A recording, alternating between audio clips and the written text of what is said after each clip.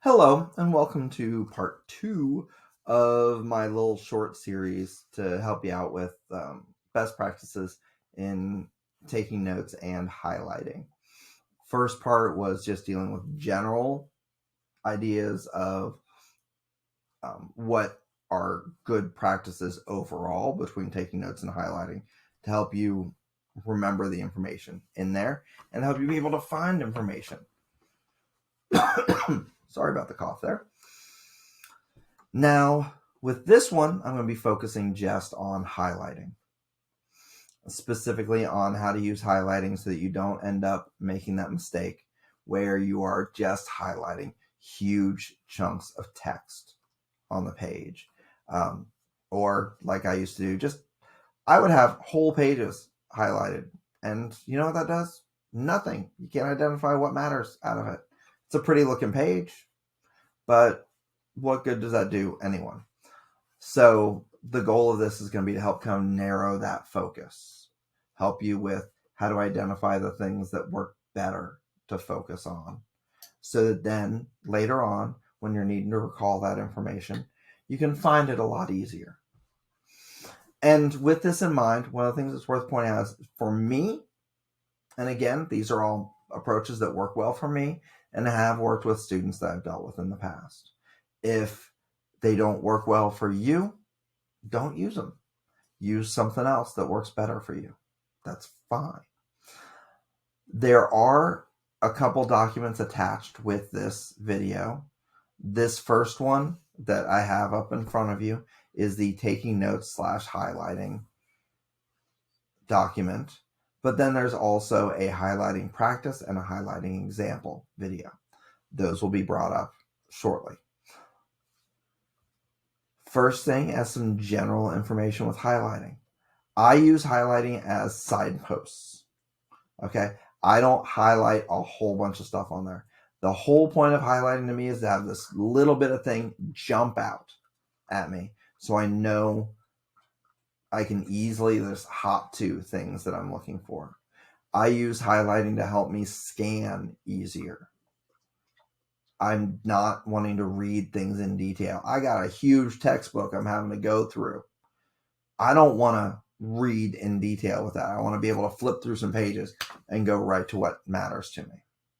So that's what I do. I use my highlighting as signposts. To do that, first off, one of the things I do is I use different colors for different things. That will help you tons. If you use the same color for everything, it becomes too monotonous and those things don't jump out so much anymore. Also, it's harder to figure out where is the specific kind of thing that you're looking for. So you're looking in detail at a whole bunch of things that you don't need to be looking in detail at. Instead, if you use different colors for different things, like I have my examples, blue for dates, red for names, yellow for definitions, that kind of thing, right? I know then if I'm scanning through a history text and I want to know like when certain things happened, I'm scanning through, I'm looking for blue. Anything in red or yellow, I don't pay attention to. And that saves me time. That's less than I'm looking at. I see those dates. I look really quickly next to the date to see what happened then. Nope, not what I'm looking for. Keep scanning through, find another date, right? If I'm looking for important people, that's where I would look through the names, right? I'm scanning through, looking for red. Don't look at any of the rest of the stuff. Boom, there's a name. What's important about the person? Nope, they're not what I'm looking for. Keep moving along. Eventually, I'll find the person that I'm looking for. That just makes it much easier to scan through. And I do heavily recommend taking that approach. Second thing is only highlight keywords or phrases. Don't highlight full sentences and never highlight full paragraphs. Okay? As I said, you don't want big chunks of text highlighted because then it doesn't stand out. Then it's just part of the text on there. And the goal is for stuff to stand out. And finally, third, don't be afraid to make brief notes in the margins. As long as you own the book. Now, granted, if you're like in high school or something and you're using a textbook that belongs to school, please don't write things in the margins of that. Don't sit there and say, well, old Clanshire said I should do this, so I'm going to go ahead and do it. Don't blame that on me, right? But as long as you own the book, make those notes off to the side. The highlight will help you see it, but maybe the note, like if you have 1 or 2 word note off to the side on there that shows like why that date's important or why that name's important or something, that can be a quicker thing to scan through. Never be afraid to do that, but use them to rephrase information in your own words. Don't just repeat what it already says on the page. That's already on the page. But maybe changing it into your own words helps you understand it better, in which case you should totally do that. I do apologize for the screen shaking. My dog is licking his foot and bouncing into my lap in the process of it. Also, if there's any barking, I don't know what to tell you. I got dogs. So those are some brief things in relation to highlighting. Now, what I'd like you to do is I'd like you to go ahead and go to the things down at the bottom, and I would like you to try practicing this on your own before I show you what I've done. So it is the document that's titled Highlighting Practice. It's attached underneath the video. Do me a favor, pause this, stop it, whatever, you can come back to it later. But grab some highlighters, go to town on this.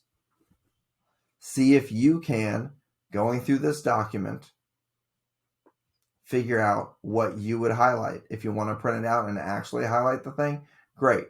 If you don't want to, and you just want to pull up the PDF and color things on there, this is, as a, Google Doc. So, play around with that. Whatever approach works best for you. Just think in your mind, what would I highlight? How would I approach this? That's also fine. Like whatever works for you. Okay. But do me a favor.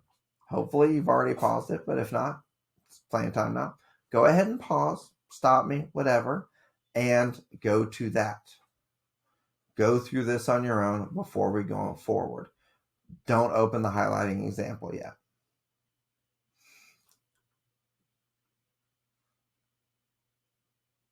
Okay, so that was probably me looking weird. If you didn't pause it, if you did pause it, then that's fine. Like things have started back up. But from here, what I want to do is I want to show you what I did. I wanted you to practice it on your own, given the information I gave you. But I want you to be able to compare that to what my approach is. And maybe my approach works for you. Maybe my approach doesn't. But I want you to see how this is, or how I deal with it. So first off, one of the things I love about this specific text is they make it very clear right at the top here what the objectives are. I know before I go into it what is important because they told me that. And I'll explain in a moment what I did with the colors on there. But also something else they did that was great is they have questions right at the end for a knowledge check. Again, I'm very happy with that because what I can do is I can look at these objectives really quickly before I'm reading anything. Read the objectives, pop back to the back area, check through those questions. I'm not worried about the answers for them right now. I'm just looking to see what's important because if they bothered writing down questions for those are the important things. Before I even look at the text, I can look at those and know where our focus is. Now then also, because this tells me what the objectives are, this is how I'm using my colors in there. So I'm using blue for defining the key terms because I should be able to define key terms from this. I'm using yellow for dealing with wherever it identifies the importance of quality customer service. Again, I'm told that that's important, so this is my way I'm going to be able to identify that. And then in pink, I'm going to be looking for those key skills and characteristics required to deliver quality customer service. I know this is a super interesting document, but that is a good point to start with. So, first thing I did also, to be honest, I was looking through for those kind of things that jump out. First thing I saw, there are words in bold. My eye jumped right to that. And I saw, okay, company brand, and then it's giving an explanation for what that phrase means. Oh my, this is those terms that they're talking about. That's why I used blue. Now you notice here, I wanted to first show you this is the most common way people tend to do this. They'll highlight the word that's being defined and also the definition. Don't do that. Just highlight the word. I know right here, okay, the word was already in bold. That's going to draw my attention a little bit. But if I'm scanning through, flipping through stuff, bold isn't going to grab me nearly as much as that bright blue. So I see bright blue. I know, okay, this is a word that has definition right afterwards. I don't need to have the definition highlighted to know that the definition is there. It's much less space taken up on the page being highlighted. And that means my attention is drawn to it quicker. And again, I know when I see blue, those are my key terms. Great, super easy to deal with. So I have my key terms all set up there. I also really like the way that this is structured, where it starts off with telling me all the key terms first before we go into any of the other stuff. Marvelous. Then I get to the next bit. I'm seeing consistent quality customer service experiences and customer satisfaction work too. Well, I remember that one of the things I'm looking for is the importance of quality customer service, right? This sounds like this is talking about what customer service is going to mean or what it's going to result in. And it does. It tells me what results I get out of quality customer service. So that's my stuff in yellow. Notice I highlighted this section. To be honest, I really like looking at it now. I probably could have just said quality customer service and highlighted just quality customer service and then highlighted these dots. But either way, it's something that jumps out of it to me. So I'm able to find these specific bullet points.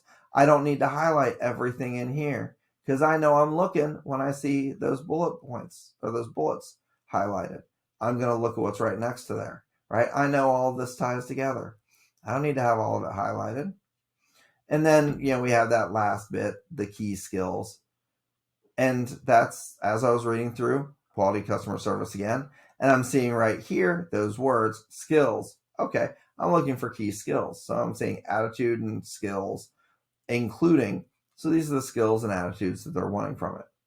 I highlighted those little bits to make sure I know, okay, stop here, look at this stuff, because this matters. And then I highlighted my bullet points again. Didn't highlight all the text in between. I don't need a big pink block here. I just need those little bits highlighted to get me to jump right to there.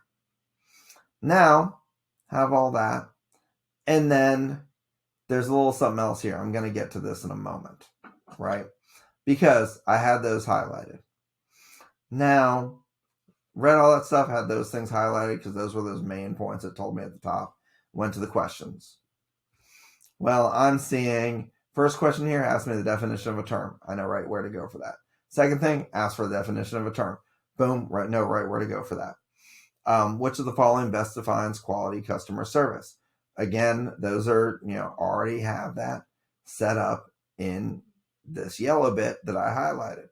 I knew to go for those things. Then there are these two questions. Now, these two questions these ask for a very specific thing, not the key ideas from before. So okay. So I didn't highlight stuff related to these specific things they were looking for because it didn't tell me to look for that. But I know from these questions that they matter. So I went ahead and circled them in a different color. That way I know, okay, these colors, I want to go back and I want to find that information. And I want to highlight, even when I find it for answering the question, I want to highlight it because probably that's going to come up later. If they bothered putting it in the questions, then those are things that matter. So I had found that up here. That's where this color came from, right? So in fact, I had a regular marker and not another color highlighter, so I just underlined. But notice again, highlight the bullet points, and I went ahead and underlined the specific things those questions were asking for out of the stuff in there. They were like these two specific numbers. I'm guessing that those numbers matter since they had questions with it. So I highlighted those. That's how I approach this. That helps me cut the information down pretty tight. I can scan through this real simple, looking for specific things that I want, and I know I'll be all right. Not only was I able to answer these questions okay, but also when there's a test or something later on that I need, I'm able to get it. Thus endeth part 2. Next, we'll be dealing with the ways to take notes off of a lecture. Also works if you're taking notes off of a text, but we're going to be dealing with that end to be able to kind of make things easy